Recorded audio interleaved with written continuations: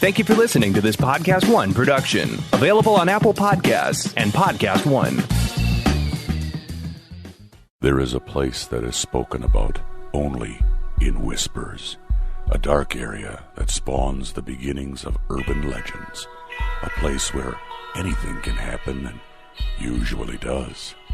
During the light of day, it hides just outside of view, but when the sun goes down, spirits, creatures of the night, roam free, and things do go bump in the night. It is in every state and every country, and there is no escaping it, no matter how safe you feel behind your locked doors and latched windows. So we invite you to turn down the lights and turn up your radio while we join Dave Schrader and Tim Dennis, your hosts, on a journey into the darkness on the edge of town. Hello and welcome. You're tuned into the best in paranormal talk radio. This is Beyond the Darkness. I'm your host, Dave Schrader. That's Tim Dennis at the Supernatural News Desk. Hey, Tim. Hey. All right. I know you've got a movie review for us on Pet Sematary. I do. I'm so jealous. I haven't had a chance to see it. I'm out on the road. I'm working my ass to the bone. I wish. But I wanted to see Pet Sematary. I'm going to try to get out this weekend when they release the shackles from my ankles for 2 or 3 hours. I would love to get out and see this movie, but I'll hold that until I hear from you. So, Pet Sematary, this is the reimagining of the cinematic classic. That is, I got to tell you, the original is one of the only horror movies that ever really kind of unnerved me. Dave, I can say this much. There's not much reason to be jealous. In my eyes, there's not much reason to be jealous. I think you're going to be okay to get back and take your time getting back and seeing the movie. And I think actually you're going to be okay with seeing it at a matinee. To me, there are some interesting twists to what they did with this compared to the original. And there are some very creepy moments in this one that I'll give it to the filmmakers of this. But there are some big misses as well compared to the original. Yeah. And there are some opportunities with today's technology that you could really take. And I will do this. If a lot of our listeners are familiar with the book and they're very familiar with the storyline. So I won't take time to really talk over the main points of the movie or talk over what exactly the plot of the movie is. Let's just jump into it right away. I'll use one word with you and where there's a huge swing and a miss. And that has to do with the Wendigo. Now, in the book, the Wendigo is huge in kind of the chills of the plot. Right. I remember when I was reading the book, there were a few spots in the book that really affected me. And when they're climbing over that creepy thicket and the sounds of the Wendigo and the things moving past them. I mean, but it's always hard to convey the written word and that theater of the mind that it can create. Right. But yeah, I never felt like they even really got to that in the first movie. And it looked like they were going to tackle that in this one. And surprise, guess what? The Wendigo doesn't feel like it's even really that central to the plot. It's almost like, again, it's forgotten. It's there and it's mentioned and it's weaved a little bit more into this movie than it was the last, but it's, again, more based on the ground and the fact that it's sour, and we get everything that we got in the last movie with some twists that are nice. I like the twists that they've done with this movie, and I won't spoil those or share those, but you know what? I've got to tell you what really bummed me out about it. I just went and I saw Us, and they showed a preview for Pet Sematary. And I was sitting there with two of my friends watching this, and I thought, well, shit. They just showed me the entire movie, including the twists. They did show you some of the twists in the previews, yes. And that really bummed me out because I felt like, oh, that was the change they made in this movie. Oh, well, there's the obligatory scene. Oh, there's the ankle scene. And it just, to me, felt like they kind of shot their wad just in the damn trailer for the movie. They don't show you how they do it, though, which is kind of a nice surprise. There are some nice surprises in there. Okay. Which keep you hanging on. But other than that, Dave, I did. The person I went with was ultra excited to see this, and I said, lower your expectations. Just don't go in. And I've learned to do that. Lower your expectations. And I was excited to see this too. But lower your expectations because, honestly, with a story, especially when you're working with Stephen King material and such rich material, it's hard to take this material, Pet Sematary, and how rich it was and boil it down to a movie. Yeah. And make it really good. Well, Stephen King is on record as saying, when people are like, oh, they ruined your book. He's like, no, the book still exists. It's exactly as it was. Yeah. So the book you can still enjoy. They have to make, and I hope people do realize this, right? They made a very successful movie with it the first time. To come back out, there has to be some changes. And I respect and understand that. And it's near impossible to really capture the true feeling of a Stephen King novel in horror form because so much of it is the way he writes, but they're doing their best to try to convey it in a visual medium. I will give you this. The acting is very good. And the girl in the movie who plays Ellie is a very good, very creepy little actor. And honestly, I'll give it 2.5 out of 5. I do think it's worth a matinee. I do think it's worth checking out.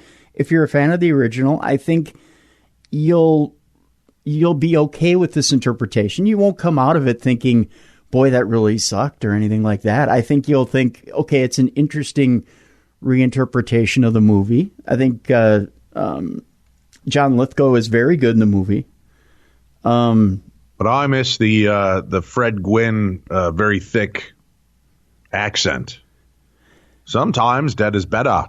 Yeah, that's true. That's true. But John Lithgow brings very much a right. He's a great actor. He emotes, everything he does is great. He emotes very well in this, and he forms a bond with Ellie in this that makes you want to keep going through this movie. So that's pretty much what keeps you going through this movie. And actually, the bond between father and daughter makes you keep going through this movie too. So there are some things that keep you sticking through the movie. Otherwise, all right. Well, let me ask you. You keep bringing up matinee. I mean, in all honesty, would this be one that you say, you know what, Dave, wait for Redbox, or no, it's really worth seeing in a big screen in a movie theater, but just go see a matinee? I really do think you should probably see it on the big screen in a matinee. That's honestly, especially if you're a fan of the franchise, I would go see it in a matinee.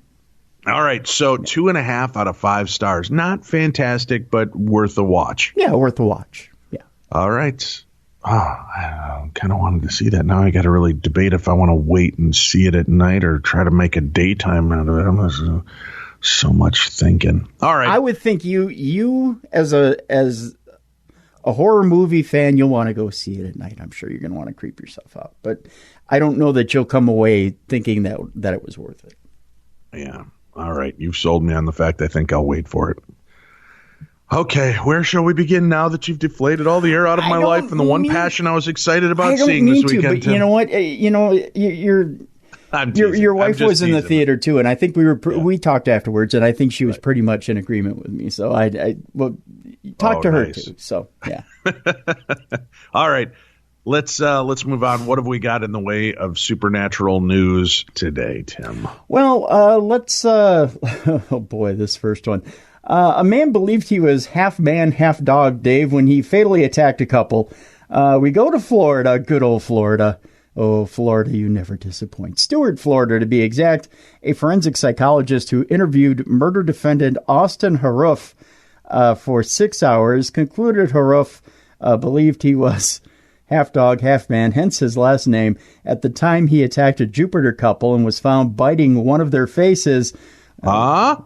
It probably zombie attack, maybe? No, Dave. They just had Alpo on the corners of their mouths, Dave. That's how they do it. It's a Hollywood trick. Dr. Philip J. Resnick interviewed Haruf, his family and friends, as well as studied his text messages and journal.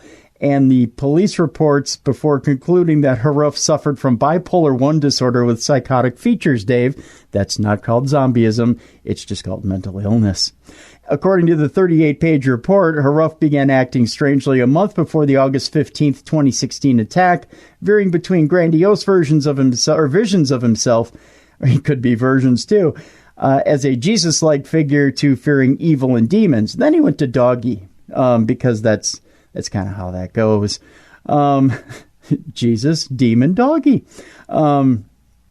Witnesses quoted... Is that like rock, paper, scissors? It is, yeah. It's Jesus, demon, doggy. Witnesses quoted in the report that Haruf was making increasingly bizarre statements, such as he believed that he could be an advocate for Black Lives Matter, and why not?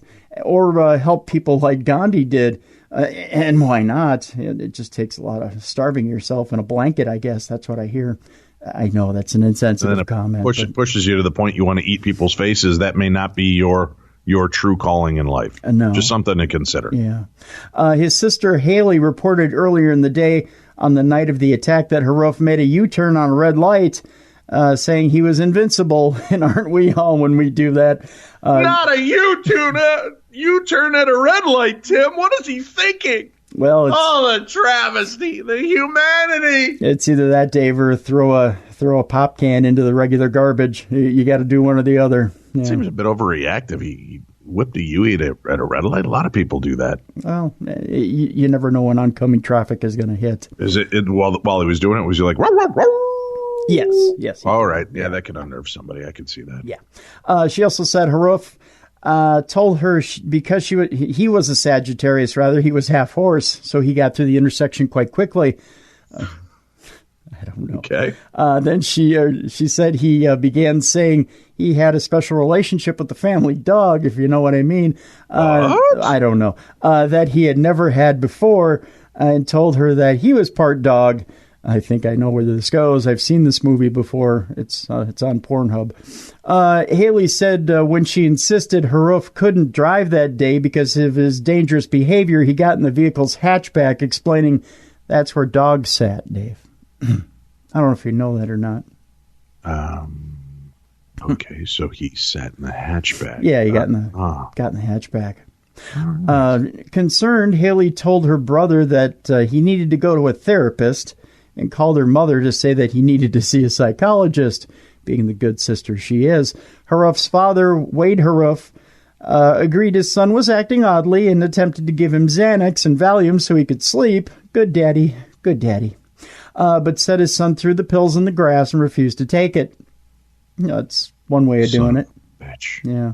Garbage, pills probably. Down the drain, yeah. Yeah, garbage probably would have worked, too. The night of the fatal attack, Haruf left a Duffy's restaurant. Never been there, but I hear it's nice. Angry with his father, decided to take a walk home. I wonder if he peed on a hydrant on the way.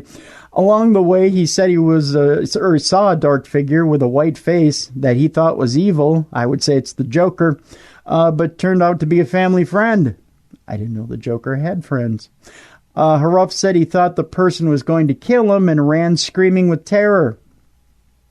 Light coming from an open garage at Michelle Michon and John Stevens' home drew his attention, and Haruf said he went there for help. He told Resnick he remembered Michon screaming at him and thought she was a witch.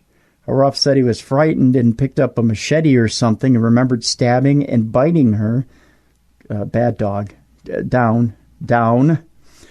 He said he saw a man appear in the door and stab him as well. He wasn't sure if it was Stevens or a neighbor, Jeffrey Fisher, who came running at Michonne's screams, but was stabbed himself. Haruf said the next thing he remembered was waking up at the hospital.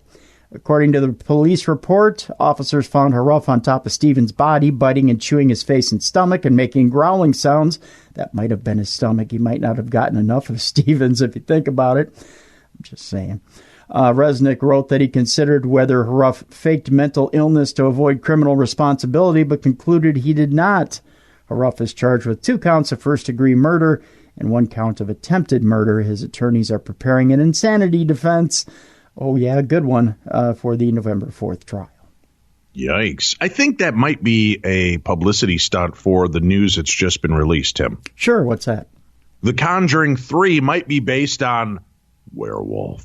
Oh, I see. The expectations of Werewolf in The Conjuring 3 have increased after the statement of James Wan in an interview. He said, maybe we can go and do it like a classic American Werewolf in London style. That'd be awesome.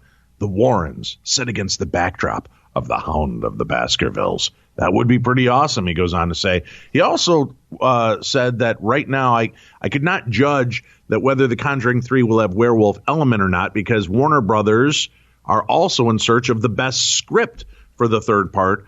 And for that, it has already listed 20 to 21 best horror cases of Ed and Lorraine Warren.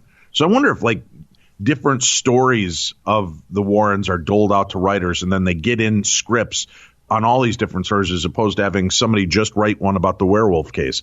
I wonder if it's, let's get like 5 stories going. We'll look over those scripts and decide which one is the one we're going to produce. Oh, I'm sure. Yeah. You know, because I think in a lot of these cases, like the scriptwriters will make like $1 million just to do a spec script. Oh, I bet. Yeah, I bet. So yeah, you put out $5 million, you find the good movie, you put it out. That's just folded into this low cost horror movie franchise that they seem to have so well produced, and then you make $2 bajillion million. $2 bajillion million, Tim. That's a lot of money. Taxes are. Yeah, that's huge. Yeah. Anyway. He says, if this part concentrates on werewolf, then there will be a full chance that it will be based on the Warren couple's book, Werewolf, a true story of demonic possession, which was published back in 1991. So if the news come true, the fans of the movie franchise will enjoy Ed and Lorraine Warren's werewolf investigations on the silver screen. After bopping a collection of Conjuring 2 over box office, the speculations for Conjuring 3 has increased much more. The Conjuring 2 has grossed $90 million worldwide when it opened in its first weekend. Whoa. $90 million. The amount is more than twice its budget. This movie has been released with mega budget movies. It came out with Warcraft and Now You See Me Too, both of which I believe failed miserably. Yeah. And there has been a release date as well now, Tim, for The Nun 2. Really? Yeah. I don't know that we need The Nun 2, do we? I mean, no. The first one was okay. I mean, I liked it, yeah. But I felt like that was setting up the next in the movies, which I thought was going to be Satan's Harvest, which is a book by the Warrens that talks about that Frenchy LeBeau guy and his story. Yeah. So I was hoping that was our next story, but who knows? I don't know. What are you going to do? I don't know. Yeah. But you get a good character like the Nun. I guess you don't want to just let it go with a one and done.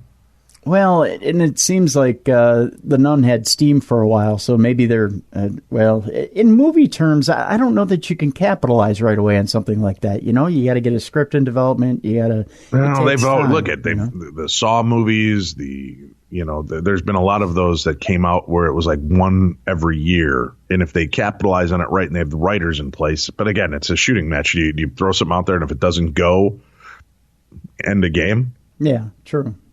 They also they mentioned that this new Annabelle movie is kind of a tie-together movie. So it's going to pull all of the Conjuring movies and all of the side movies, all of, like the Annabelle movies and, the Nun and I think this La Llorona. They're going to pull them all into one central universe so that you can see where they're branching out again from. So they're throwing that out there. One of my Facebook friends sent me a video the other night of that, knowing my struggles with the name. Yes. And actually it involved an investigation looking for La Llorona. So I actually watched the investigation. It was an actual paranormal investigation going over 2 states, California and New Mexico. It was actually quite...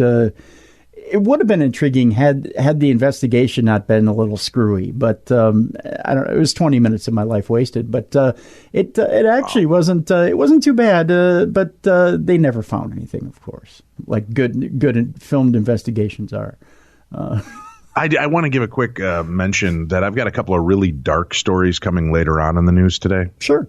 So just be aware of that. I've got a couple of really creepy, very dark, not so much in the demonic realm dark, but kind of true crime dark, with paranormal twists. So I'm just giving you a little heads up so the folks aren't like, whoa, yeah, these guys are all chatty and cheery, and then all of a sudden it's sacrifice, rape, and murder. Ooh, I just want people to be aware of that. Oh, all right. All right, so we're good with that. Where are we off to next? I'll be sure not to shoot some jokes off during that. Yeah, that'd be inappropriate. We're going to Berlin, Dave, where a ghost investigator claims that there's paranormal activity at a Berlin eatery. Is this Berlin restaurant haunted? And a recent paranormal investigation claims it is. This isn't Berlin, Germany, Dave. It's Berlin, Connecticut. Yeah. Oh, okay. Yes. Yeah. So you can pack away that German accent if you want, or bring it out if you'd like during this story. It's easily confusable. A local restaurant owner recently reached out to paranormal investigators who confirmed that the space is haunted, this according to the New Haven Register, which is published in Germany daily. No, it's not. It isn't? No. You wouldn't think so? Sarah Tigret, the owner of the popular Berlin restaurant Ramen Ja, which is right there in the center of Germany. Actually, it's not. It's at 1128 Farmington Avenue. If you're looking for it, there in the center of Germany. It's not Germany. It's not? No. Oh, okay. I hear Hitler loved that restaurant, by the way. No, Ramen, not yeah? true. Not No? true. Don't hang that shingle out in front. I'm sorry. Yeah. Hitler, huge fan of ramen, said that she works at the restaurant long into the night and often felt she wasn't alone. She then began to see strange activity in the restaurant's surveillance cameras overnight. Once a mallet seemingly flew across the room. In a video posted online, it appears a bag of flour moves on its own. Employees also said they have sensed a paranormal presence in the space. Connecticut spirit investigators and researchers looked into Tigret's claims. They confirmed that a friendly ghost named Ben, nowhere near Casper, Dave, I don't know why Ben got the friendly ghost tag, is active in the restaurant. Connecticut spirit investigators and researchers live streamed the investigation on Facebook. They described the location as very haunted and that the ghost there was very interactive. The spirit there was very willing to communicate and interact with us, a Facebook post from the group read. The organization's investigator said that Ben, which was also a very popular Michael Jackson song, was a former factory worker in his early 20s. On the restaurant's Facebook page, one user, I actually made a reference for one of our listeners out there. On the restaurant's Facebook page, the one user said the ghost got it right. When I'm dead, I'm going to haunt a ramen shop too. That's the best, said the user. That's I guess. That's the end of that story. Dare to dream, I guess, huh? I guess that tells you that's probably somebody who is younger than 30 who said, I'm going to haunt a ramen restaurant, because none of us who have been to college or lived on ramen for more than a year would ever want to haunt a ramen restaurant. There you go. Eva, where is my noodles? I want my ramen. It turned out Hitler was a huge fan of ramen. He loved the beef. Who knew? Well, who doesn't? Yeah. My kids are into ramen. I'm like, yeah, you think you're into ramen until you eat it for 4 years in college. That's right. Then you not that I did. I only ate it for a year and a half, a little under 2 years of college. I had about 3 years of it. And that's all I need. It did wonders for my blood sugar. I've never had a 680 blood sugar before I've had about a month of ramen straight. So, yeesh. What is it about ramen? It's kind of magical though, right? Like you're like, oh, this is probably the worst thing I could ever eat in the history of history. Oh yeah. But I'm just going to keep eating it anyway. It's nothing but starch. And there is no protein. Well, no, that's not true. Starch and salt. Yeah, I was going to say there's a lot of salt. So it's nothing but starch and salt in that crazy mixture. But it'll keep you alive. I don't know what it is that keeps you alive. Oh, does it keep you alive really, or is it just preserving you from the inside out? I think it's the same thing that's in laundry. Wait, what? It keeps you upright. It is like a good dry cleaner, starch and salt, and it somehow keeps you upright. So it's the same thing that goes into a good dress shirt. Hey, if you like our show, you're going to love Offbeat with Ricky Anderson and Mir Harris on Podcast One. Join the head of A&R for the Kanye West-founded label, Good Music, and the music executive turned activist as they sit down for strange stories and offbeat conversations with some of the biggest names in music, comedy, entertainment, and more. Download new episodes of Offbeat with Ricky Anderson and Mir Harris every week right here on Podcast One. 60 seconds. That's exactly how long this commercial takes. You know what else you can do in about a minute? You can get an offer with your car from TrueCar. That's right. In the amount of time it takes to floss your teeth, pet your dog, do a few sit-ups, or just listen to my voice, you can get a True Cash offer. Best of all, you can do it from your smartphone or home. Just go to TrueCar, simply enter your license plate number, and watch how your car's details pop up. Answer a few questions, and you'll get an accurate True Cash offer from a local TrueCar certified dealer. It's that easy. After that, you can bring your car in, and they'll check it out with you together. You can ask questions and get the answers you need, so there's no surprises. Then simply leave with your check or trade in your car for a new ride. So when you're ready to experience a better way to sell or trade in your car, check out TrueCar today.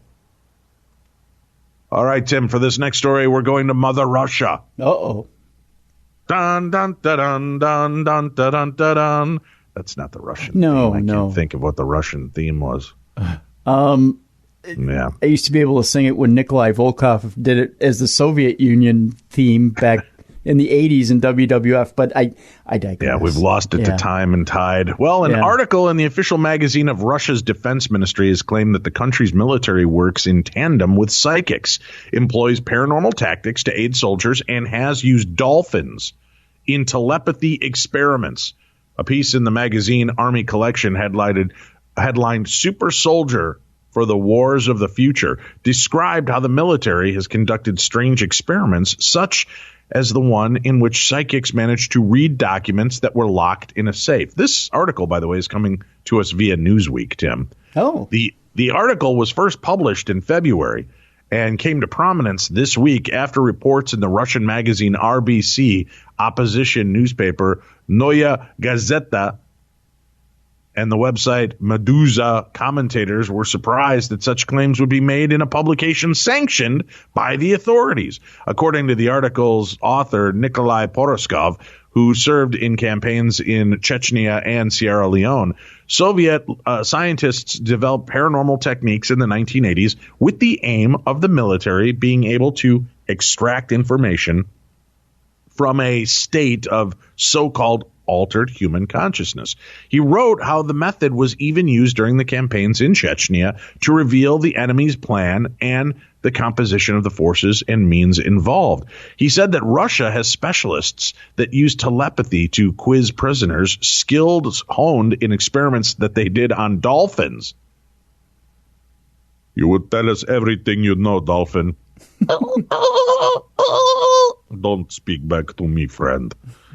They mentally gave the animals the commands, and then they performed it. It turned out that the technique was also applied to humans, he wrote. The article stated that paranormal tactics have helped soldiers learn foreign languages, treat wounded troops, detect ambushes, and even crash computers. So, Tim, when you're watching those porn sites and your computer continues to crash, that's more Russia just screwing with your system, man. Their psychic soldiers are like, let's see, who's on the agenda today? Tim Dennis. Yes, let's shut down Pornhub for him all day long. Will be big fun. Am I right, Stanislav? That's how it goes. Is that how it goes? Pretty sure. No, that's not exact. That's kind of our Google Translate version of the conversation that was overheard. Oh. Yeah. Might be off by a word or two. It might be. Yeah. Because I think that their word for baloney and Pornhub are almost identical. Oh, it might be. Yeah. So they might have offered to turn off your baloney. There's no translation for take that jerky boy? No? I guess by turning off your Pornhub, it is kind of affecting your baloney, so it all works out. A little bit, Yeah. The article stated that the paranormal tactics have helped soldiers learn foreign languages, treat wounded troops, detect ambushes, crash computers, make bologna sandwiches. He said telepathic nonverbal interrogation can help soldiers decide if enemy soldiers are receptive to recruitment. So-called psychic countermeasures also taught special force soldiers how to hold up during enemy interrogation.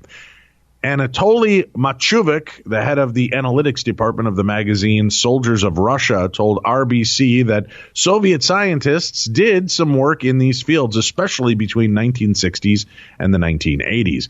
Combat parapsychology really has a place. The technique was developed by the Soviet Academy of Sciences in an attempt to discover the phenomenal characteristics of a person. However, the chairman of the Commission to Combat Pseudoscience at the Russian Academy of Sciences, Yevgeny Alexandrov, Tim. Yevgeny Alexandrov. Oh, you yes, need me to repeat that again so you can say it properly when it's your turn? No, I think I got that. Okay. Yeah. He told the RBC, you know me, that combat parapsychology is a pseudoscientific invention. Such works really exist and were developed and were classified. But as in many countries of the world, such studies are recognized as pseudoscientific. All this is complete nonsense. No parapsychology exists at all. It's fairy tale, Alexandrov said. All the talk about the transfer of thought at a distance does not have a scientific basis. There is no such recorded case. It is simply impossible, he added. Meanwhile, Vladimir Prulutsky, Army Collections chief editor, told RBC that his publication simply publishes articles containing research, information, and discussion about military topics. So make sure if you're looking for that full article by Vladimir Prulutsky, just look it up for yourself. How does that go again? It is Vladimir Prulutsky. Very hard to spell. Russian letters are very hard to spell, Tim. You're just gonna have, exactly. Yeah. All right. Listen. Yes. Tim. Yes. It's time to take a phone call because we've got our Voices from Beyond voicemail open. I put out the call. People are responding. As a matter of fact, some people are calling 42 times with 42 different stories. I like that. I like that, Tim, because then we don't have to tease with the old, I've got other stories, but those are for another time. So now we get to do it. We get to take their stories and we'll play them at another time. But if you call in and be a part of the show, that's right, it's that simple. You just call in to our Voices from Beyond voicemail. And when you do that, you leave your story. And if the story's a little longer than the 3 minutes allotted, you can hang up, call back, and pick up where you left off. Tim will put them together. But call 651-300-4977. That's 651-300-4977. Share your story or email them in to me at dave@darknessradio.com. But we want to hear your voice tell these stories, just like this caller. Hi, Dave. Hi, Tim. This is Jim from Springfield. I'll let you guess which one since there's about 33 in this country. Anyways, I had something I wanted to bring to the show. Recently, in the last year, I've experienced 2 episodes of sleep paralysis, and it had spooked me because I had never experienced this before. We just moved into a new place, and both times this happened when my wife was out of town on business. The first time I was getting ready for bed and going through the normal routines of feeding our pets, and once I laid down, I started falling asleep, but it felt like our cat had jumped in bed and was trying to get my attention, and it felt like she was almost hooking my upper lips with her claws, which is unusual because she's not a mean cat like that.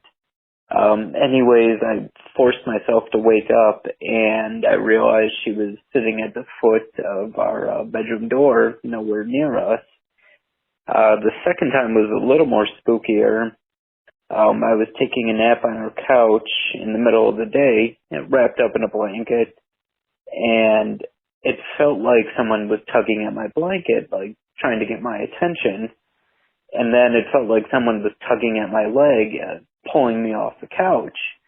But I managed to wake up, and I was still on the couch and still wrapped up.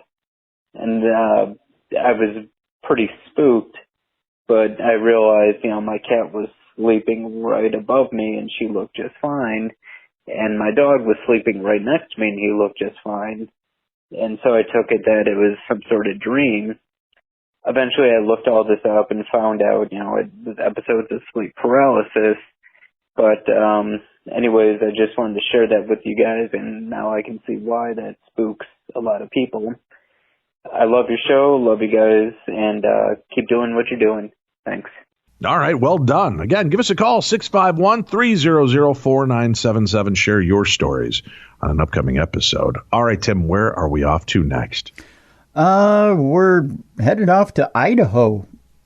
You to what? I not Idaho, Dave. I'm a fine, upstanding young citizen. No, that's debatable. Oh, no, really, I am. I mean, I've seen the pictures, Tim. I grew up with you. I know these stories. Well, Dave, what happens in Vegas stays in Vegas. But no, we're going further north and west to Idaho. Okay.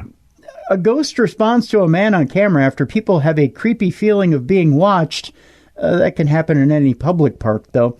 A ghost responding to a man on command has been caught in eerie footage after people claim they have a creepy feeling of being watched. Brandon Moyer caught the spooky moment on camera while at work in Coeur d'Alene, Idaho. I believe it's Coeur d'Alene. You know, if people in Idaho have a problem with it, they can just email me at tim@darknessradio.com. I don't think we have any listeners in Idaho, Dave. Do they even have the internet in Idaho?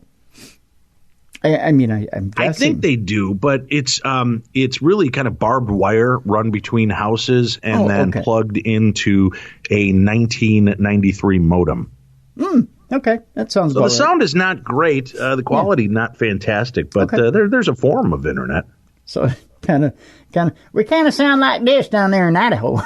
Is that what you're saying? Like the sound doesn't really sound right? We kind of have like accents. I don't know. Does barbed wire transmission make everyone sound like Ross Perot? Yeah, they do. Yeah, it goes like this here. See, in the video that was filmed in a shop, Brandon begins by pointing the video at a ceiling light, or pointing the camera rather. They could point the video at a ceiling light too. I don't know if it does any different. He asks if there's something here with us. Will you shake my phone again? Oh, I always ask spirits to shake my phone, Dave, in my pocket, and it never does anything. I wish it would. Shake it more than twice, you're playing with it. That's right. Seconds later, the light turns blindingly brighter before the video cuts out. Take a look and let me know. It sounds like he's starting out with a Phil Collins song here when he's talking to the spirits. Take a look at me now, because I'm just an empty space, he says to the spirits. And they say, no, not Phil Collins again. Here, just take all the evidence you need. No, he says, take a look and let me know what you think. I called about the ghost, and this is the signal he gave to me. Brandon claims that the old building the shop is featured in has often had many paranormal sightings and eerie feelings. Some people even claim that they have the feeling that they're being watched. The shop worker added, there have been many sightings and eerie feelings whenever you make your presence here. Pans have fallen off the walls, shadows above the mirrors, and even just the creepy feeling of being watched. After uploading the video to YouTube only last month, hundreds have viewed the so-called paranormal footage. Brandon captioned the video, "Ghost walking in front of the light."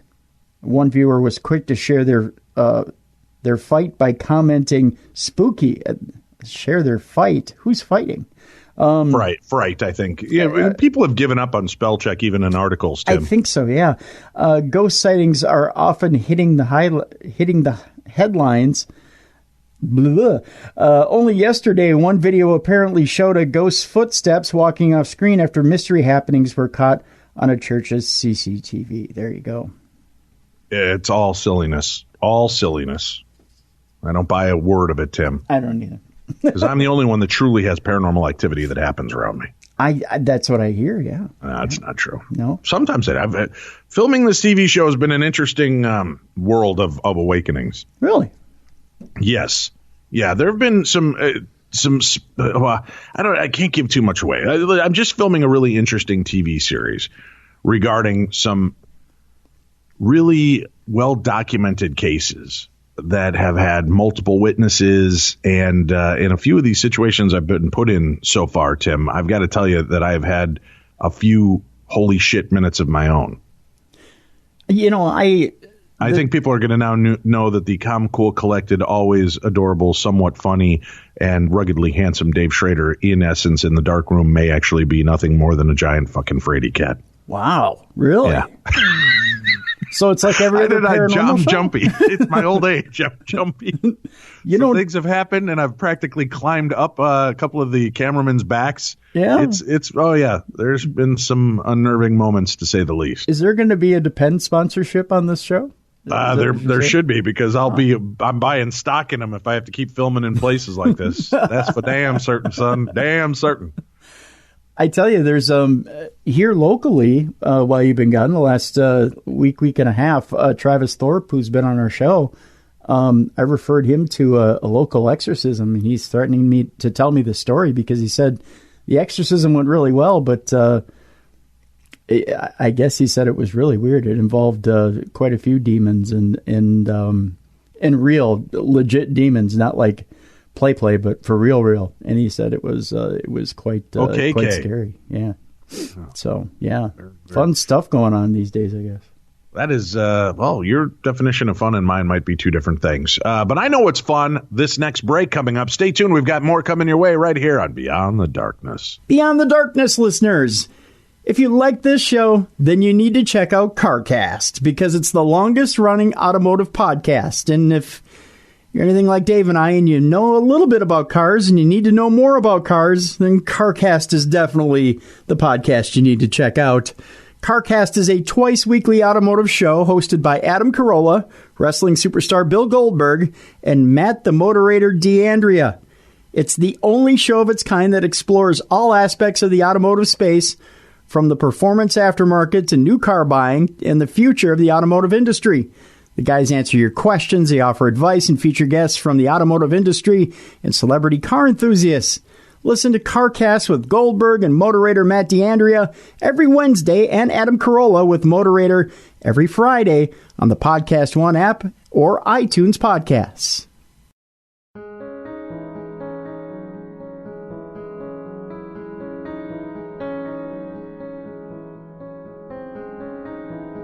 Beyond the Darkness.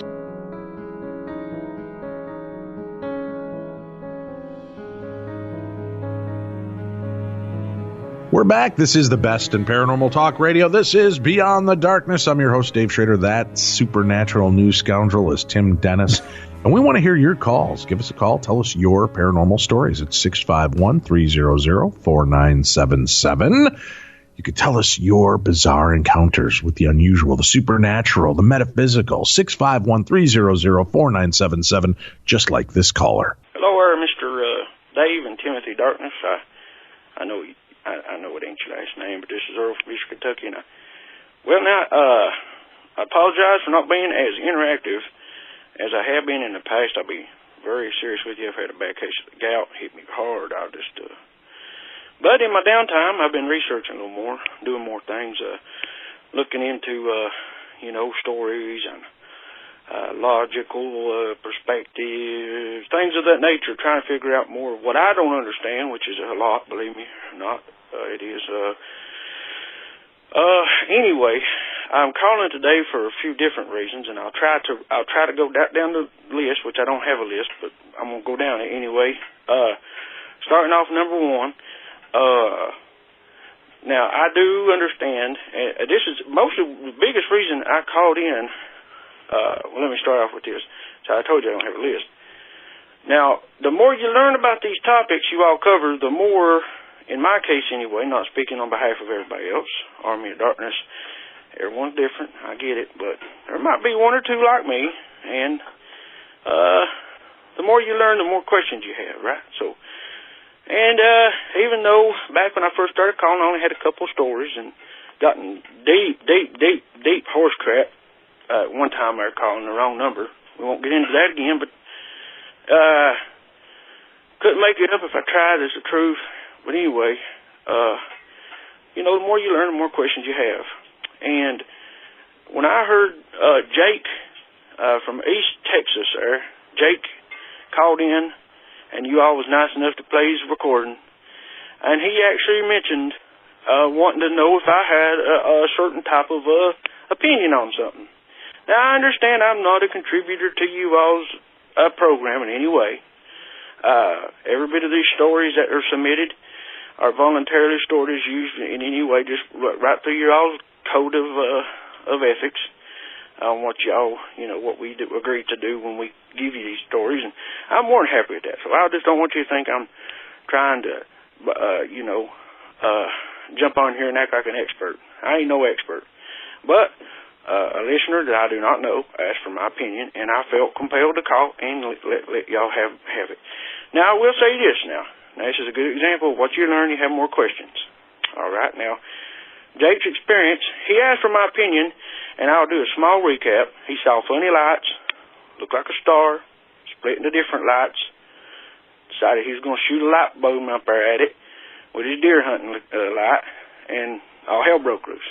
Now, that's what he wanted my comment on. But prior to that, what sparked my whole memory on something, y'all get your Google machines, and type in, and do this not right now. Look, you listen to the show, finish the show, then do it. Elkhorn, one word, city. Elkhorn City. Elkhorn City.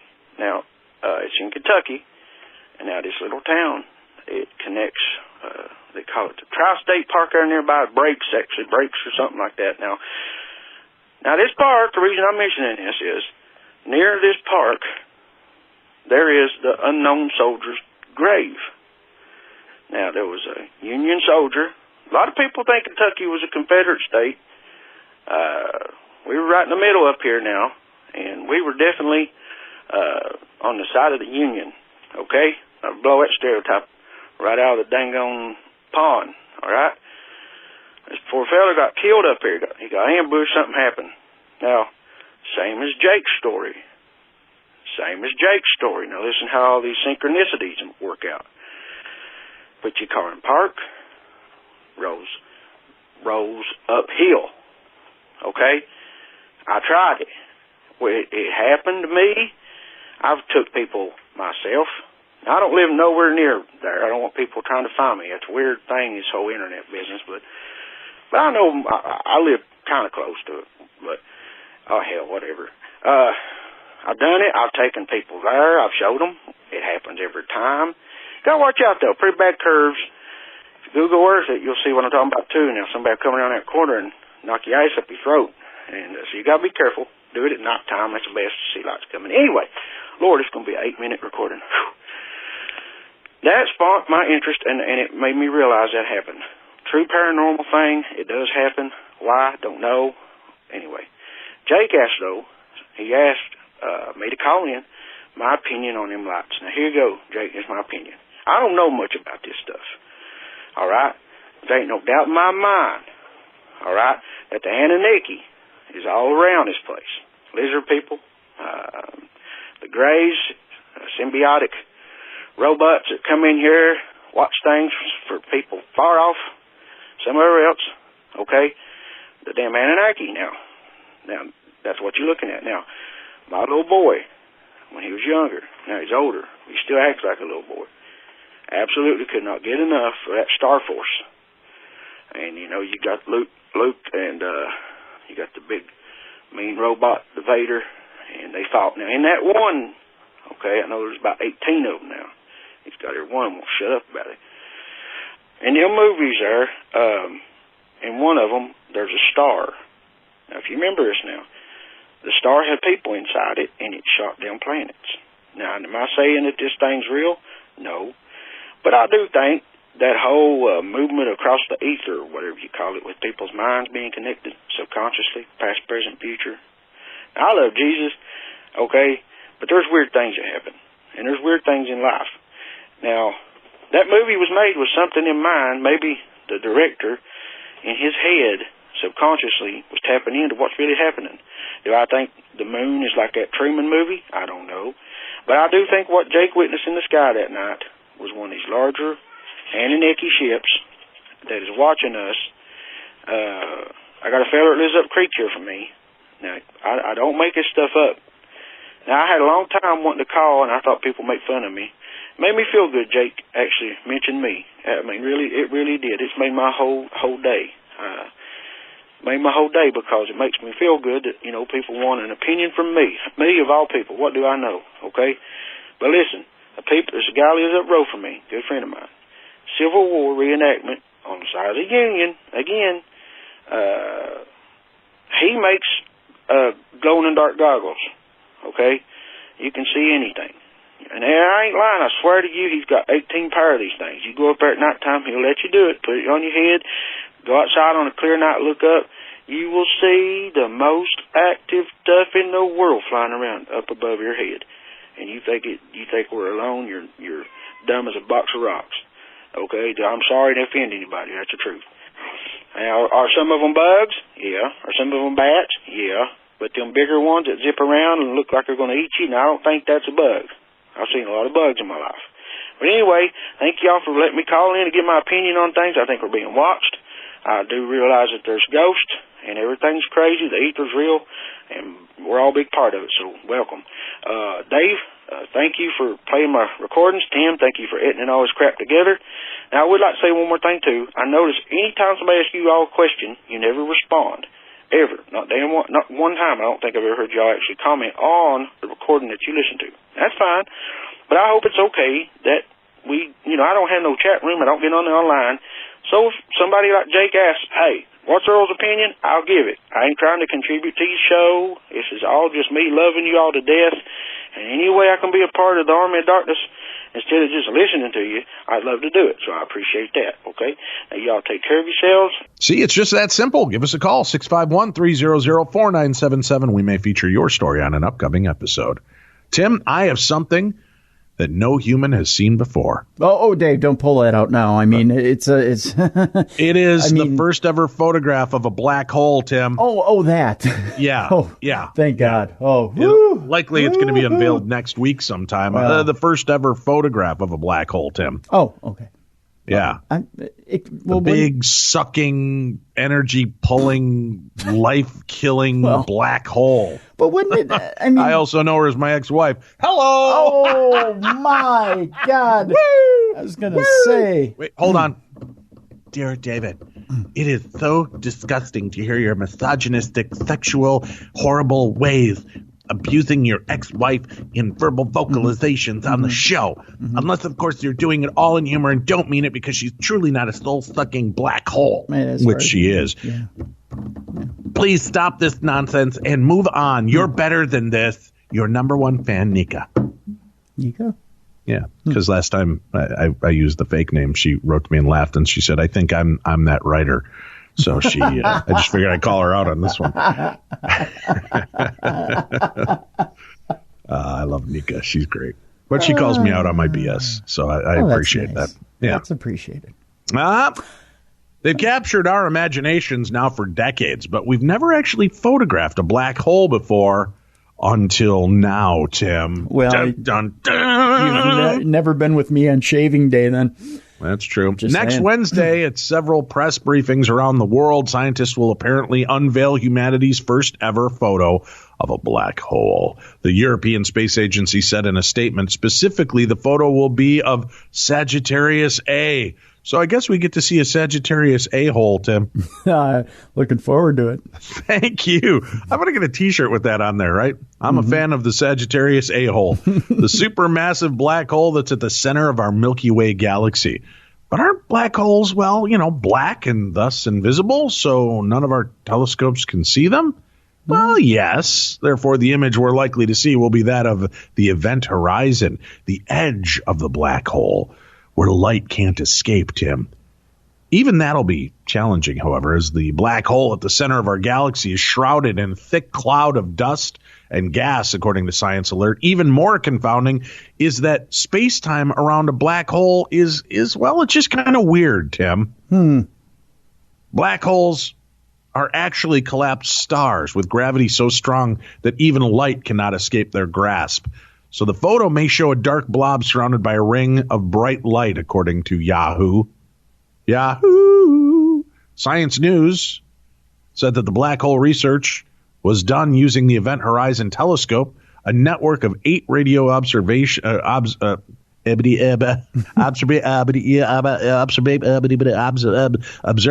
around the world, Tim. It's that kind of day, Dave. Yeah. Whatever the announcement is next week, we'll most certainly be seeing something no human has ever seen before, Popular Mechanics reported. Press briefings will be held simultaneously in the U.S., Brussels, Santiago, Shanghai, Taipei, and Tokyo. That sounds like the lyrics to a song. Most of the article makes it sound like it's totally uneventful. First time in history we get to see a picture of a black hole, but what are we really going to see? The sky is black. There's lots of clouds, lots of pollution. We might see a globulous black blob surrounded with white. I'm out. Tap me out, Tim. I'm doing that. I'm tapping you out. Got no interest now. Hey, took away my joy. Took away my joy, Tim. Speaking of tapping out, Dave, can I cut a promo real quick? Please do. Ladies and gentlemen, please turn your attention now to the number one wrestling rube in the world, Tim Dennis, for this important announcement. I'm actually in two different places this weekend, ring announcing. I got that whole ring announcing gig going. Saturday night, Dave, I'm with Pro Wrestling Entertainment. It's PWE World War IV. It's that huge, Dave. Wow, what happened to World War III? I missed that one. Yeah, it happened. It was done. We survived. But World War IV is happening up in Isani at Junction Bowl. There you go. In Isani.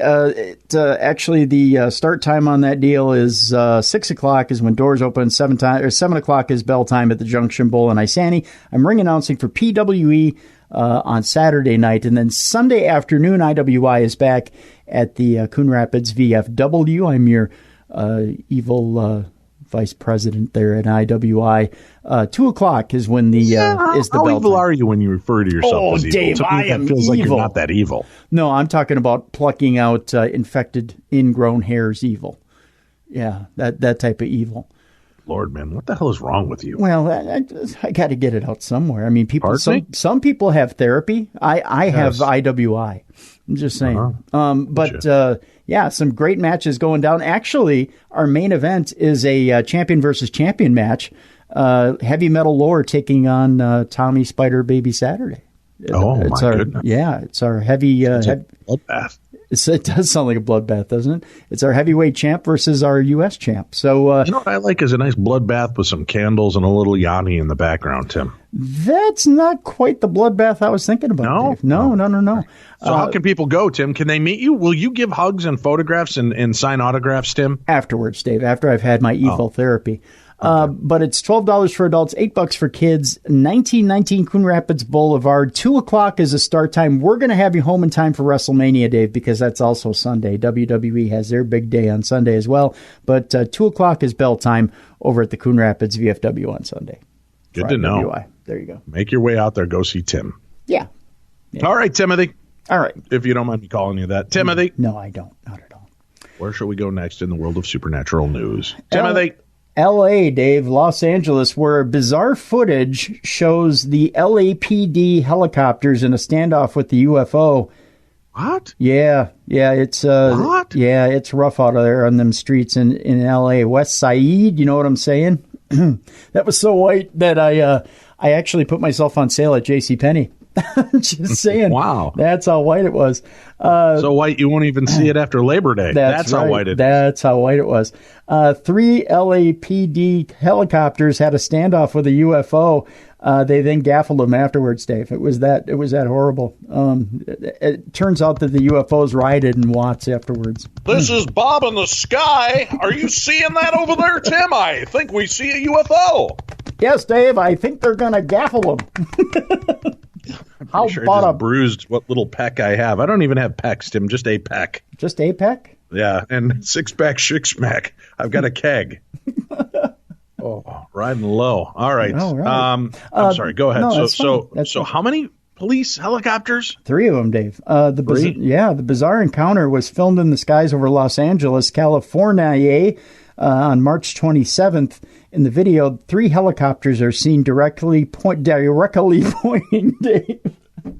I've lost all ability to speak. Yeah, yes. that too. All directly pointing, Dave, towards a singular black object. It appears to be stationary as it faces the police aircraft. There's a UFO right there. That's the quote. Or that's a UFO right there is the quote. 3 helicopters are facing that dot. The unknown aircraft doesn't appear to be moving during the standoff. Since being uploaded to YouTube, the video has fed conspiracists theories that extraterrestrial beings have entered the Earth's atmosphere. Blake Cousins of YouTube channel Third Phase of Moon shared the video and said, We are wondering if this is a standoff between extraterrestrial existence, a craft from another world, and LAPD helicopters. What the heck is going on in the skies over LA, was the quote. He provided a zoomed-in shot of the UFO, which lacks shape and any indication that it is a normal aircraft. When he zooms in on the LAPD's aircraft, the helicopter's features are visible. In a bid to debunk claims that the video had been artificially edited, the conspiracist stated that he examined the footage and was shown no sign that it had been altered. In only 2 days, some 37,000 people had viewed the video. One person claimed, "We are living in strange times where we are now seeing things in plain daylight. It can't be ignored or covered up by anyone anymore." The military and police are told not to engage in combat with UFOs due to their advanced weapon technology, another baffled viewer commented. A third person said, "That is weird how they're checking it out.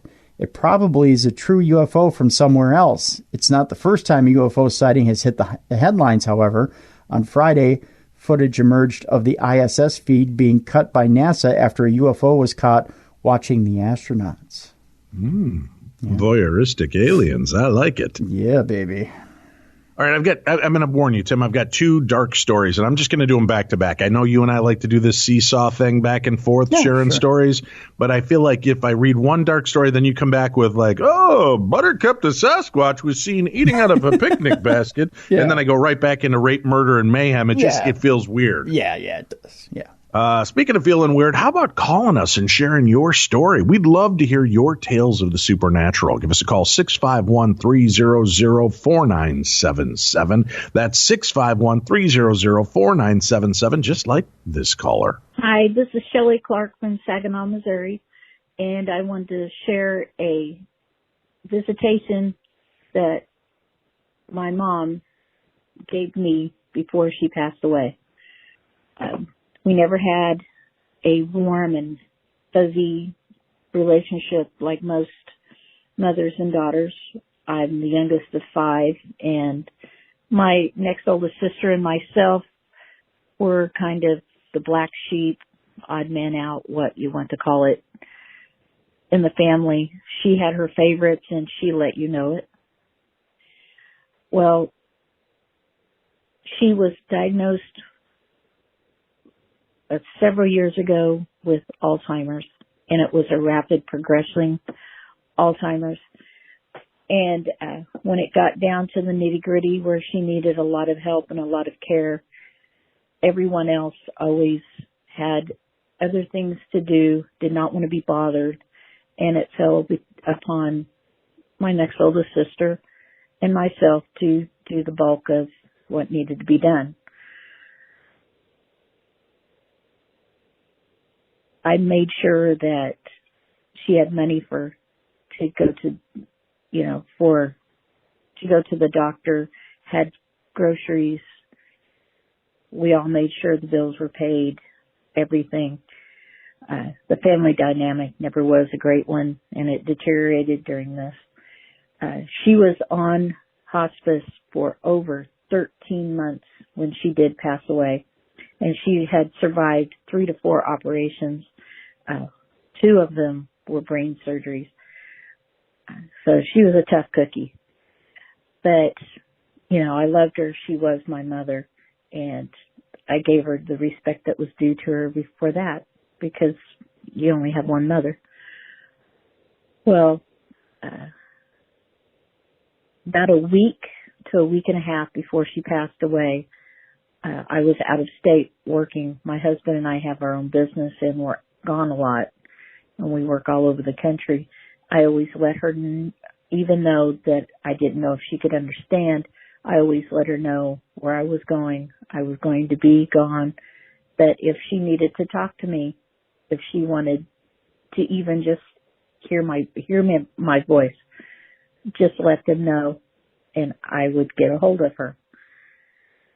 Well, one night, it was about 2:30 or 3 o'clock in the morning, my husband and I were in a hotel.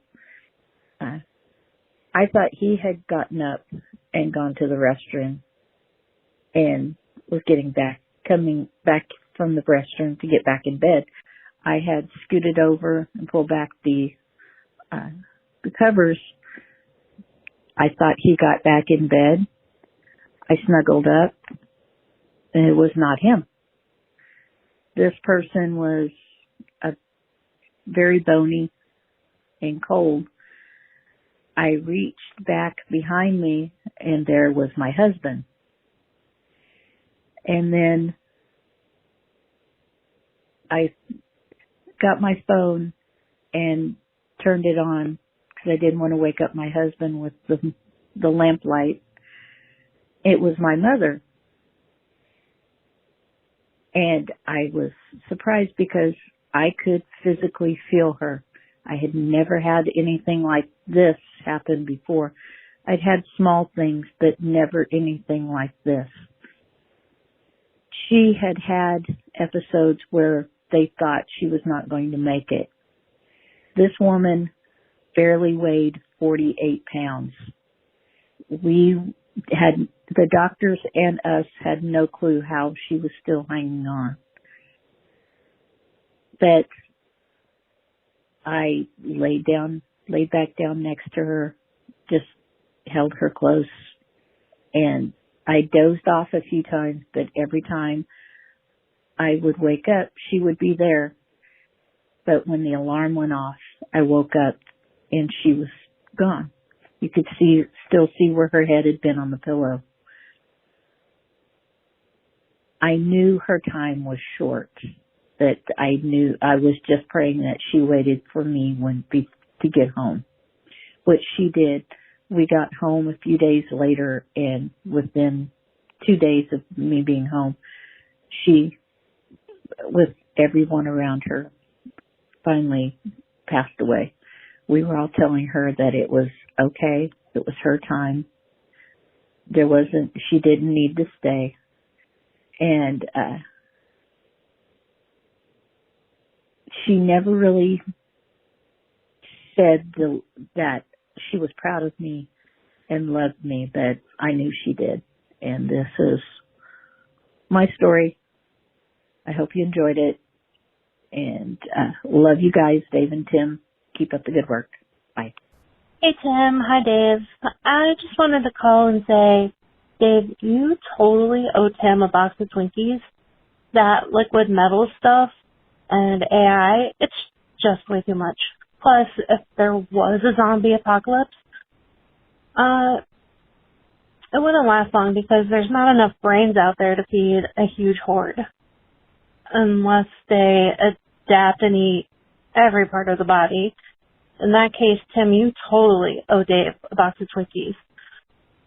But if the zombies turn and eat everything, then AI will take over. And what if AI introduced the zombie plague to get rid of the humans? Oh, man. I don't know. You both owe each other a box of Twinkies.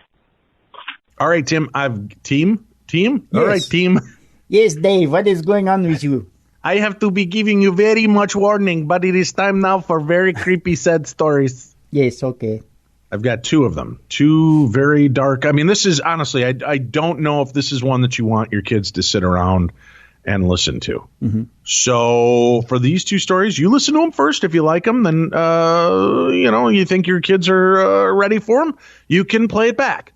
But I just think this is not it. I mean, here's just the headlines. Maltese teen recounts disturbing paranormal happenings in rape case against boyfriend. See what I'm saying? Mm-hmm. But it's one of those stories. It's so weird. We got to read it. All righty. Okay. A 15-year-old girl told the courts yesterday that her mother and sister had performed sexual acts on a broomstick in front of her eyes after her mother received instructions from a supernatural voice. All right. I will tell you this, Tim. We've now pared it down to one story because the other one tells, I think, the exact same story, but it's written from a different viewpoint. So okay. We'll be able to get through this with a little less pain now. Okay. I don't have to do two back to back. All right. So let me start that over, if you don't mind. Maltese teen recounts disturbing paranormal happenings in a rape case against boyfriend. A 15-year-old girl told the courts yesterday that her mother and sister had performed sexual acts on a broomstick in front of her eyes after her mother received instructions from a supernatural voice. The girl was testifying via video conference as part of a case against her 18-year-old boyfriend, who has been charged with rape, forcing vulnerable people to perform acts of sexual natures against their will, as well as a raft of other charges.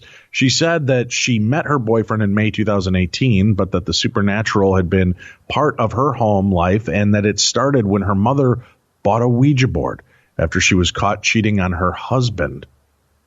Huh. Okay. Don't really understand that. My husband cheated on me. I need a Ouija board. Yeah, I don't get that part. It's a weird leap. Her mother would use divination instruments such as dowsing rods and pendulums, and she would buy satanic dolls online. I'm looking at the satanic dolls. They're those living dead dolls. Oh, okay. That's not really satanic. They're just horror movie style dolls. Yeah. But, potato, I guess. According to the 15-year-old, the house was rife with paranormal activity, such as doors opening and closing themselves, clocks resetting themselves to 3 a.m., the so-called devil's hour. On one occasion, handprints and a young girl's face appeared in a bathroom mirror. When she was a young girl, she had seen a blue inverted cross appear on her father's forehead while he beat up her mother after catching her cheating on him. She said her family and her started hearing a voice in the house in August last year, soon after she met her boyfriend. Sometimes it would be a baby's voice, sometimes three at once, sometimes an older person's voice. She said everyone in the house would hear it, and it would come from various directions. The voice would speak in Maltese, English, and Latin, and sometimes give banal instructions, or is that banal, such as telling her not to go out, or her mother not to smoke. However, it would also give disturbing orders, such as telling the two sisters to bathe with each other and their mother to strip naked and recount how she had had sex with different men. Oh, my God. In the bathing incident, the girls insisted that the voice couldn't have come from her boyfriend, as he was sitting next to her when the order was boomed out from another room. Once, the mother told the girl that the voice had instructed her and her sister to perform a sexual act on a broomstick while the girl's boyfriend was in the vicinity. A Satanist who holds black masses would have sex with the girl's mother. I covered my boyfriend with a blanket so he couldn't see, and my mother then asked me to use the broomstick on her, but I refused, she said. I saw my sister putting the broomstick up my mother's private parts. I couldn't stop her. What could I do? These are supernatural things. Something could just happen to me. I was always afraid as a child this would affect me. These things aren't normal. The girl also recounted how they had once visited a Satanist called Demic, who would hold black masses in large buildings and would have sex with her mother. The case is being presided over by Magistrate Aaron Buja. The nationalist MP Jason Azzopardi is acting as a defense lawyer of the accused. The court has banned the publication of the names of the victims and the accused. This is weird. So, I don't know, Tim. Yeah. Just you and I are sitting at home watching wrestling. Oh, right? Yeah. Little WWE, and all of a sudden we hear from the other room, "Hey, you two get naked and get in the bathtub." Not happening. No. Right? I mean, it's not. Yeah. Don't you just go, "Hey, blow me, I'm watching wrestling." Right? Well, I'd be afraid something would come from the other room and do that, but yeah, But you see my point, right? I mean, just because it's telling you, "Hey, stick your microphone up Tim's ass," not going to happen. I'm not. Well, not with that attitude. It's not. Jeez, so quick to dismiss, Tim. I'm just saying. Yeah. So, just because these things are calling out vile things, I don't know that it's necessarily you have to follow through. Well, the voice, if you don't listen to the voice, what's it going to do? Yell some more? Who cares? It's a voice. Put on your headphones. Depending on the position of strength you're coming from and what that voice sounds like and the setting you're in, it might. See, I grew up an only child, Tim. Mm-hmm. An only child. Mm-hmm. So, I didn't meet my brother until adulthood. But I'm pretty sure that even if we had grown up together, right? Mm-hmm. And if you ever said, hey, I need you to work me over with the broom handle. God.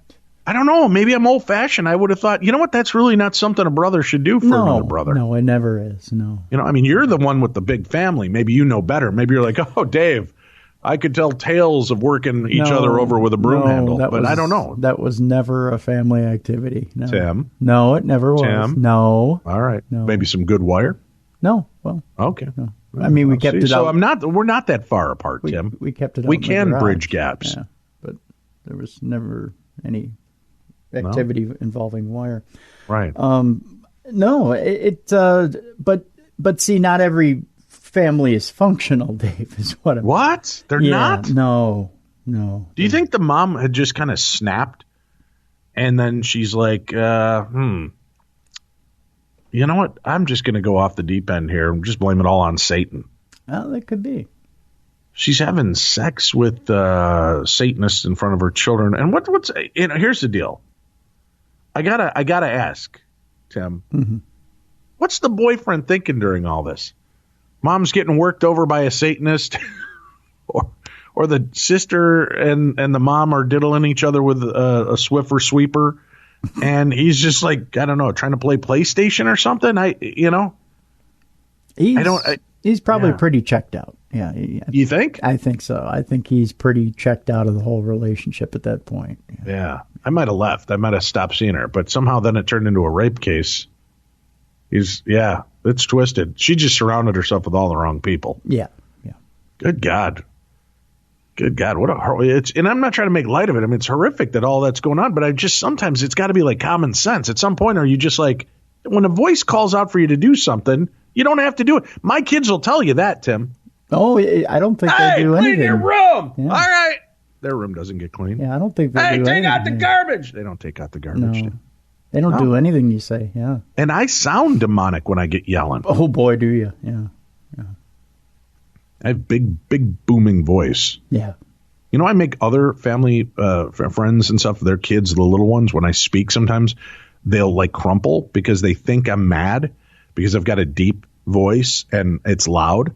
What's funny is my kids just like, they look at me like a fart in the wind happened. They like it didn't have any effect, Tim. I don't get it. What's funny is your entire neighborhood for 3 square blocks is clean. It's spotless. And right. Yeah, just from you yelling. And I don't know why your house isn't. It's because of the kids, I think. I think the kids are deaf, I think, from you screaming at them. Could be. It could be. I think you've blown their eardrums out.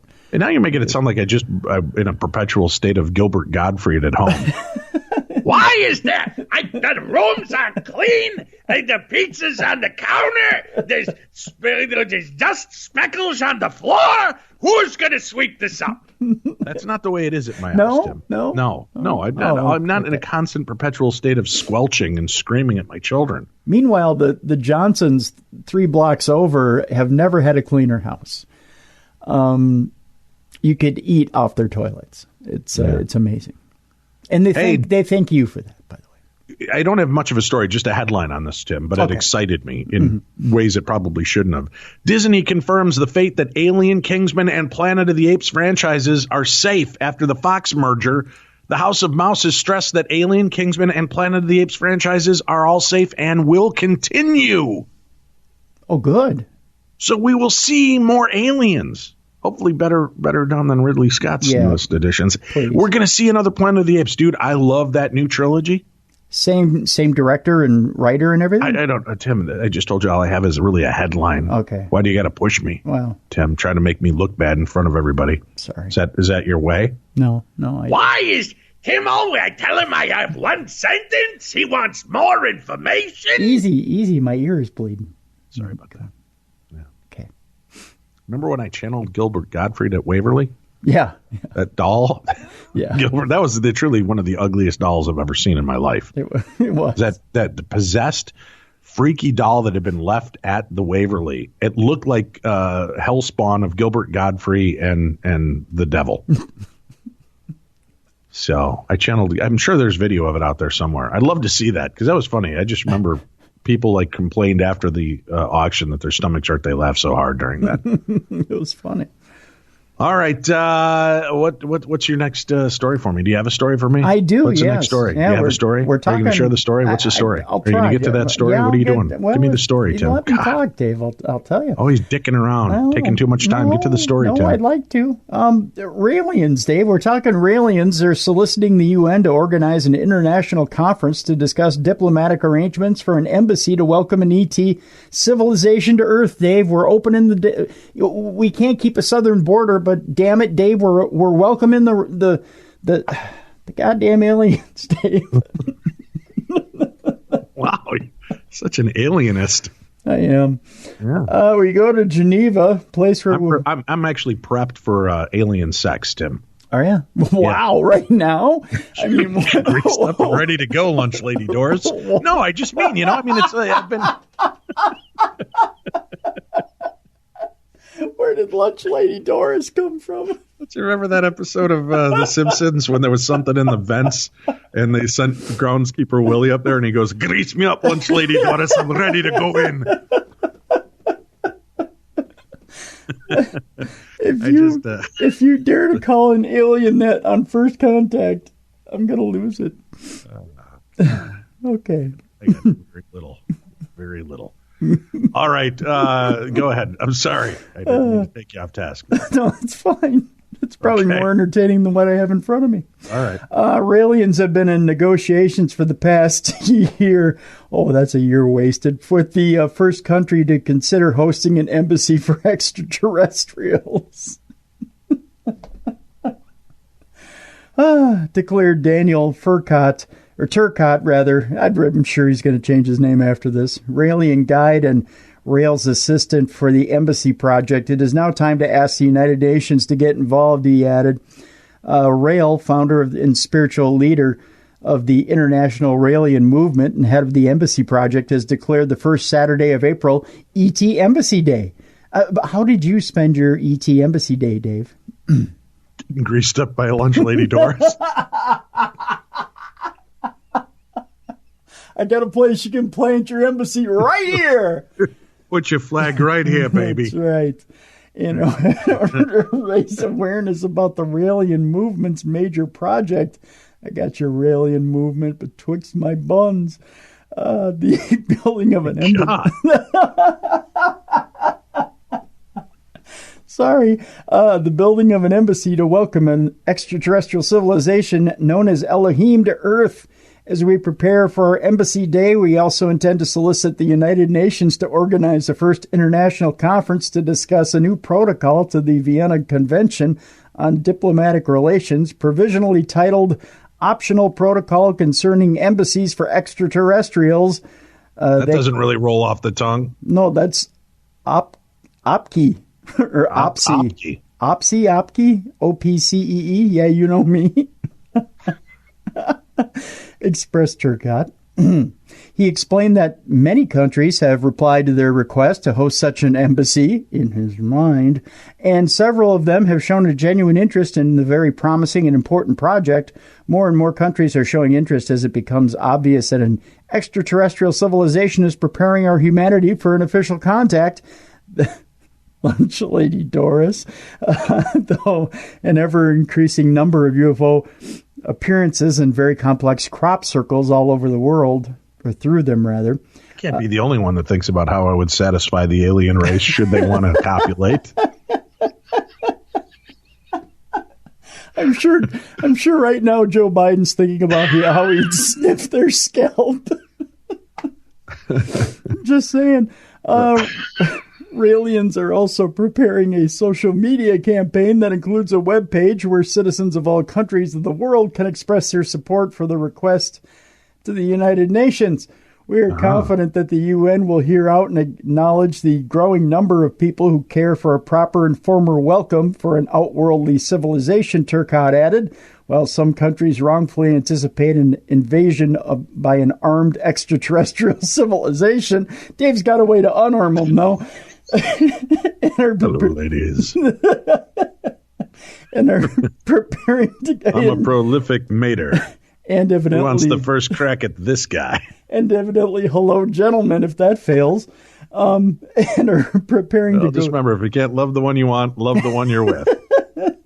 You want to put down that arm and welcome this one, and are preparing to go to war against them. We must offset such an outdated and belligerent position with a worldwide movement of peace and educate people that only peace can come from the stars. I got a piece that's ready for movement. And if the UN doesn't take that lead, then the countries we are in discussion with will, concluded Turcotte. Aliens believe that an extraterrestrial civilization, referred to as Elohim in the original Hebrew Bible, created all life on Earth, including human beings. They believe it is a very peaceful or full of something and far more advanced civilization compared to ours, both scientifically and philosophically, and that an official contact with our creators will usher our humanity into an era of peace and a golden age. And for Dave, plenty of exhaustion. Wow. Yeah. So it's said. Hey, Tim, the redhead from Riverdale is about to go toe-to-toe with one of the universe's most nefarious villains. Oh. That's right. Archie Comics is reteaming with Dark Horse and 20th Century Fox for Archie vs. Predator 2. Nice. A sequel to the 2015 crossover that pitted Archie and his pals against the Predator. The writer of the first series, Alex DeCampi, is returning for the sequel, this time with Chilling Adventures of Sabrina artist Robert Hack. I think, as anyone who read the first Archie vs. Predator knows, I'm a huge fan of both franchises, DeCampi said in a statement. It's massively important to me that both Archie and Predator fans feel like I'm handling their babies with love and respect and knowledge. In Archie vs. Predator, the gang did battle with a teenage predator while on vacation in Costa Rica, which resulted in the deaths of several key characters, including Archie himself. No. Spoiler alert. Then the Predator was transformed into an Archie clone by the girls that survived. It was a wild story. Anyway, the sequel seems to be picking up from there, with Riverdale at the center of an alien revenge plot. The first of the 5-issue limited series will go on sale July 24th. I love those dumb crossovers. Mm-hmm. Yeah. To me, those are fun. And if you see, like, I really loved the Batman Predator series, Superman Aliens, and then they had the mega crossover. It was Batman, Superman versus Aliens and Predator. And it's a great series, just weird stuff. And when they do these crossovers, when you throw something in like the Predator versus Archie and the kids from Riverdale, and knowing that in the first series Archie died, sign me up, Tim. Yeah. Because maybe I'm just too dark sometimes. Archie's going to want to kick ass. Yeah. He's got a little revenge to mete out too. Hey, Tim. Yeah. Digestive troubles? Well, yeah. Weight gain? Uh-huh. Low energy? A little bit. How about achy joints, Tim? Yep. Now, if you've been struggling with any of these, Dr. Stephen Gundry says you're not alone, and he knows the real cause. Dr. Gundry is one of the most famous and well-respected diet experts in the world, and he says that most of these problems aren't about lack of exercise or even genetics. The real cause is leaky gut. Leaky gut happens when you eat certain foods that contain lectins, which are little tiny particles that tear holes in your digestive tract. These particles then wreak havoc on your insides, causing poor digestion, fatigue, achy joints and muscles, brain fog, or even worse, health issues. So what's the solution? Well, you just need to know a few foods to avoid. Dr. Gundry has made a free video describing exactly what they are. People who watch the video have reported more energy, smoother bowel movements, slimmer waistlines, and a stronger, healthier body. If you want to finally tackle your leaky gut, just watch the video at TotalRestore2.com. TotalRestore, then the number 2. That's TotalRestore2.com. It's something I'm taking seriously for my stomach issues and for the fatigue, brain fog, and just overall achiness that I feel. Thought it was just part of being old, Tim. Mm-hmm. It's not. No. I got to tell you, I've been on the road. I should be more tired than I have been. I've been out filming and on the road for 3 weeks, late nights, early mornings.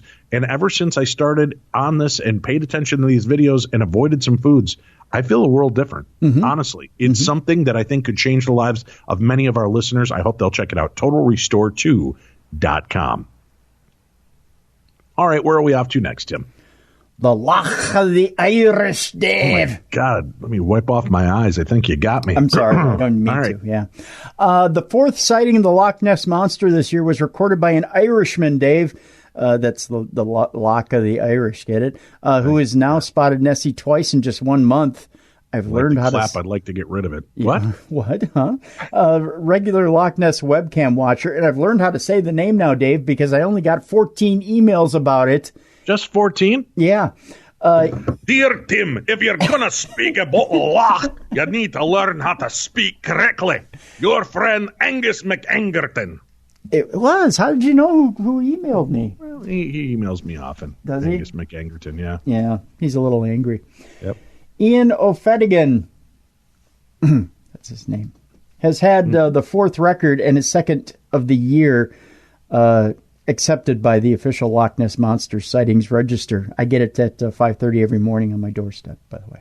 Yeah. The fourth sighting of the Loch Ness Monster this year has been recorded by an Irishman who has now seen Nessie twice in a month, and when you see his picture, you'll figure out why he's looking at the Loch. Wow, Tim, that's hateful. There's a reason why he... Dear Tim, I've seen your pictures and your wee friend Dave Schrader. Who the hell are you to pick on me looks? Kiss me hairy white gartered ass. And it is Angus lily white. McAngerton. Yeah, Angus, you certainly have not seen the sun in quite a while. The first sighting in 2019 of Nessie on January 24th was the earliest for 18 years. The legendary creatures have been sighted 4 times so far this year. Now regular Loch Ness webcam watcher Ian O'Fedigan has had the fourth record and his second of the year accepted by the official Loch Ness Monster Sightings Register. He took 6 photographs and a 39-second video of something moving rapidly on the Loch's live cam at 4:53 p.m. on March 22nd, just shortly before dinner time. 54-year-old Ian, a hospital clerical worker from Donegal, said the object appeared on the surface before submerging. It was gone for 5 seconds. I could do the accent, but then again, I have a throat that I need to use. That didn't sound right twice this weekend. Grease it up, lunch lady, Doris. That's right.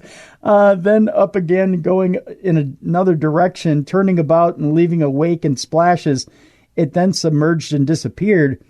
To see Nessie once is unbelievable, but twice in a month is fantastic. It's the luck of the Irish, I suppose. Oh, look at him being all punny. I couldn't believe my eyes. It had some power underneath it. Ian from, I don't know how to pronounce this. Is it Drumduit or Drumdoit? Castlefinch, said they are listening, Dave. They email me all the time. Said he had watched the Nessie webcam for many years. He also saw a mysterious creature on February 27th when he took a picture at 3:02 p.m. He said it was only on the screen of the live cam for seconds and that he could not get any video that time. There were no boats until 3 minutes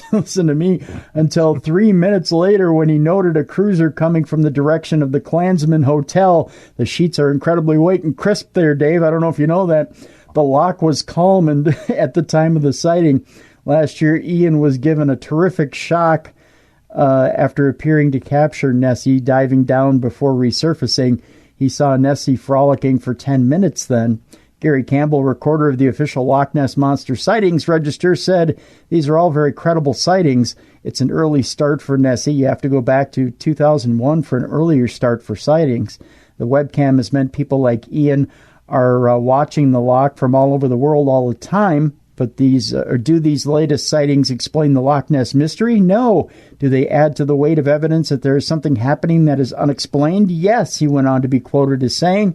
Sightings last year reached another record for this century after a woman spotted Nessie over the internet. 42-year-old business consultant Carolyn Barnett. Yep.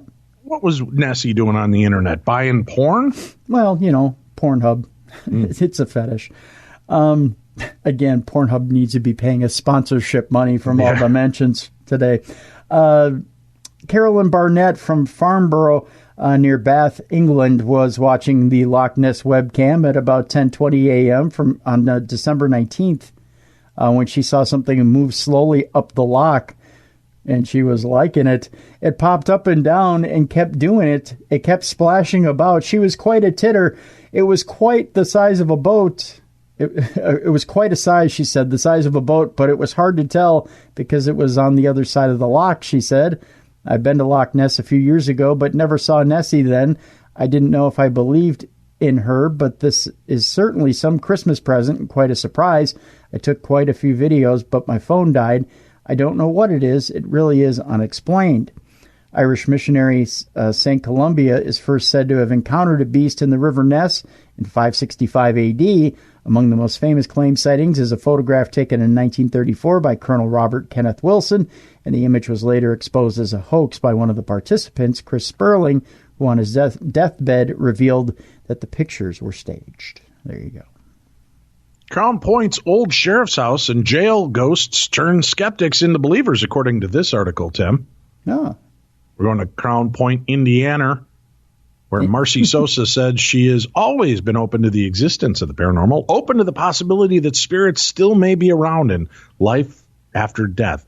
She wasn't, however, a believer that the old sheriff's house and jail in Crown Point would be haunted. Her skepticism, rather, changed recently.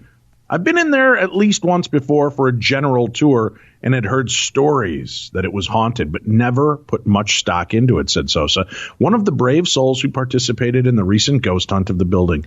The investigation was led by Rick Wade, a seer and past life reader from Grand Rapids, Michigan. Walking in the dark, surrounded by peeling walls, old rusty bed frames, and rows of small jail cells that once isolated some of history's most violent, high-profile inmates, didn't scare Sosa, a Crown Point local said. Soft whispers and distant voices coming from EVP, electronic voice phenomena recordings, wasn't even enough. Then Sosa, along with a small group, ventured into a solitary confinement cell. As the only ones in the section of the jail, they set up and pointed a Kinect SLS camera designed to detect spirit forms that can't be seen with the naked eye towards the darkness where only the brick wall was in sight. All of a sudden, a stick figure appeared on the SLS screen in the doorway. It was clearly not one of us, as we were all in the cell behind the camera, Sosa said. The figure was there for a good solid minute, then seemed to leave, then come back once more. That really had me thinking, wow, that's fascinating.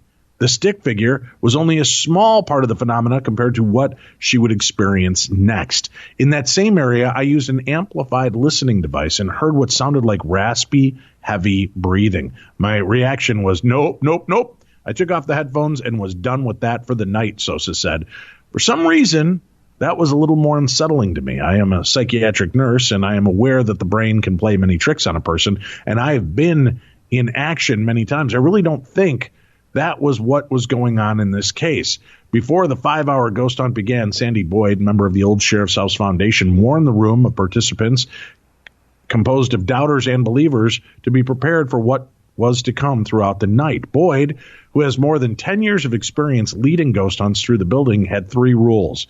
If you become nauseous or get a headache, don't just stand there and let it go. Say something. No one goes off anywhere alone. Don't run. There's no demons at all, but there are negative energies from the people who have been here, Boyd said, adding that many investigators, including the Atlantic Paranormal Society team, stars of the hit sci-fi show Ghost Hunters, have investigated and found paranormal activity at the old sheriff's house and jail. We know hotspots. We know the history. It's all real. The evidence gathered March 23rd did not disappoint and led many in the group of 30, including Sosa, to believe that the jail built in 1882 is indeed haunted. Multiple voices were gathered from the EVP circles, intelligently answering questions directed to the former inmates. In one session on the second floor of the jail, an investigator said, "How old are you?" A soft-spoken male voice responded, 17, and I'm here. "Did you die here?" another investigator asked. "Yes," it uttered. So they're getting a lot of activity at this place. Yeah, I guess. Interesting stuff. I'd continue with the article, but it just keeps fighting me. So you get the gist of it. I got an interesting thing I saw online, and you mentioned taps. And we don't bring this up very often on the show, but I saw something interesting on Facebook this past week, and I wanted to You're saying we don't bring up many interesting things on the show, Tim? Well, no, not that we don't bring up interesting things, but this was an interesting thing about taps that I wanted to bring up with you real quick, because I know you've been filming and you haven't seen a lot of stuff on social media this week. Right. But Jason Hawes on his social media this week brought something interesting up, and that is that they're casting for a new Ghost Hunters TV show, and he put something out there that Taps is not involved in this, that they are working on their own series, but they are not asking for it because it had to do with somebody under the name Ghost Hunters asking for cases. And he said, we would never go out and ask for cases. So he said there are producers out there asking for cases for a show called Ghost Hunters, which I found... A&E, right? A&E is rebooting Paranormal State, Psychic Kids, and Ghost Hunters for their network. Oh. And the Ghost Hunters will be an all-new cast, and they'll be out investigating. I believe Jason even did make a mention that he's not on the show, not really involved in it, but he is like an executive producer or something. He's got a credit on the show. Okay. But, because I think of his tie to the original. But no, I don't believe that he's like the major, he has no major part in it. Okay. If that makes sense. I just thought that was interesting because I hadn't heard much about anything. So I just thought that was interesting that he put that out there. He was very, very staunch in his boundaries when he said, we have nothing to do with this Ghost Hunters show that's out there looking for cases right now, and that we would never have to look for cases. So that's not true. I remember when they used to advertise looking for cases all the time. So that's what he put out there. So weird. Okay. Well, maybe he's just trying to find a way to mention that, hey, we have our own show coming out. Yeah. It was his way of saying that, hey, myself and Steve and Dave Tango are, and he was very specific that it was myself, Steve, and Dave have our own project that we're coming out with. So. Right. All right. What have you got for me next? The original Cottingley Fairies hoax photographs were going to be sold at auction, and the photographs of what is considered to be one of the greatest hoaxes of the 20th century are expected to get nearly £70,000 when they're sold at auction. Pictures of the Cottingley Fairies were taken in July and September of 1917 by 16-year-old Elsie Wright and her 9-year-old cousin Frances Griffiths. In the village of Cottingley near Bingley in West Yorkshire. Vintage images of the hoax are rare, and 14 lots of period photographs and a camera, including some owned by the daughter of Frances, are now going on sale. The two girls, like so many children then and now, believed in fairies and are set out to prove their existence, little knowing that their practical joke would stir such controversy and fool such eminent figures as Sherlock Holmes creator Sir Arthur Conan Doyle. Borrowing Elsie's father's Midge quarter plate camera, and with the use of colored paper cutouts and hat pins, they staged their scenes near the stream at the end of Elsie's garden, while Elsie's father, a keen amateur photographer who helped develop the prints, never doubted that they were fakes. His wife, Polly, was a believer, and in 1919 she took those prints of the two photographs to show members of the Theosophical Society in Bradford, where they were given a lecture on fairy life. It was during 1920 that Conan Doyle, a committed and leading spiritualist believer, became aware of the photographs and wanted to use them for an article on fairies that he had been commissioned to write for the Strand magazine. During the summer of 1920, the youngsters managed to capture 3 more images of themselves with fairies. The story was rumbled on intermittently ever since, and is considered one of the most bizarre and successful photographic hoaxes of the last century. Elsie and Frances only confessed that the photographs had been faked in 1983, Frances even then maintaining the 5th photograph, the fairy bower, was genuine. Frances's daughter, Christine Lynch, said her mother always maintained that image was genuine but had taken it accidentally. My mother was glad the truth came out in the end, Mrs. Lynch said. She never thought she could take photographs of the fairies, and she saw the grass had been shaped into a semicircle nest. Without thinking, she took out the camera and set the timer, distance, and exposure, and it was only when it was developed that she saw that there was actual fairies on it. The 88-year-old who lives in Belfast said that with the 100th anniversary approaching of the fairy bower, it was time to sell. I'm not sad to sell them, and it's time to do it, and with 100 years coming up, I thought it was a good time for them to go, she said. It's time they went to a museum where someone else can see them and enjoy them. They haven't been on view at all, so it's nice for someone else to see them. Mrs. Lynch said the deception had affected her mother her whole life, but she rarely spoke about it. My mother was only 9 at the time, and she was a very intelligent girl, but very vulnerable, she said. Elsie had the idea of faking the photographs of the fairies, and it was only meant to be to get her out of trouble. It stressed her all her life about those fake photographs because it was only meant to be for the family. Elsie swore her to secrecy, and she said it ruined her life because she was looking over her shoulder the entire time. As a little girl in 1920, she was not used to publicity, and she didn't like it at all, and it haunted her. She didn't like the dishonesty of it. She knew she had seen them. She knew they were fakes, but she knew the last one was genuine, so she didn't talk about it at all with me. The photographs will go under the hammer at Dominic Winter Auctioneers in Gloucestershire on April 11th. Auctioneer and photography specialist Chris Albury said, "I think the contact prints of the fairies are incredibly significant photographs within the context of this remarkable story.